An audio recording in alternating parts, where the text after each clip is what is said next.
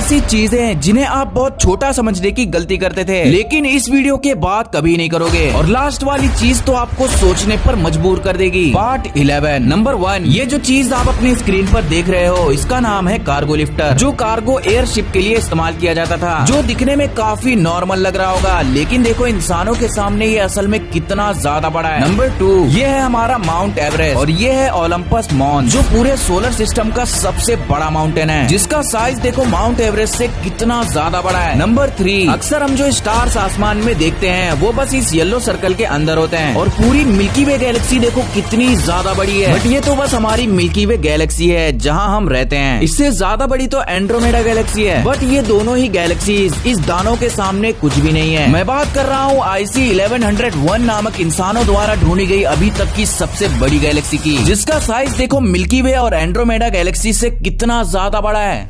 इस ट्रक पर लगे ट्रैम्पोलिन पर ये लोग मजे से कूद रहे हैं और ट्रक चल भी रहा है, लेकिन फिर भी ये लोग हर बार ट्रैम्पोलिन पर ही लैंड कर रहे हैं। पर कैसे? सिंपल, इनर्शिया की वजह से। ट्रक के साथ साथ इनका शरीर भी उसी स्पीड से मूव कर रहा है, इसीलिए ये ट्रैम्पोलिन से बाहर नहीं गिर रहे हैं। अब ध्यान से देखो, जैसे ही ट्रक आगे बढ़ रहा होता है, एक सोल्जर पीछे की तरफ कूदता है और एकदम से जमीन पर सीधा खड़ा हो जाता है। फिर दूसरा भी वही करता है और बिना लड़खड़ाए लैंड हो जाता है। अब सवाल ये है कि ये मुमकिन कैसे हुआ? तो इसका जवाब है गैलीलियो की theory of relativity. Soldier truck के आगे बढ़ने की जितनी स्पीड है, उतनी ही स्पीड से उल्टी दिशा में दौड़कर कूदता है, तो ऐसे में दोनों की स्पीड कैंसिल हो जाती है और बाहर से देखने वाले को ऐसा लगता है जैसे वो बंदा एकदम सीधा जमीन पर ही खड़ा हो गया।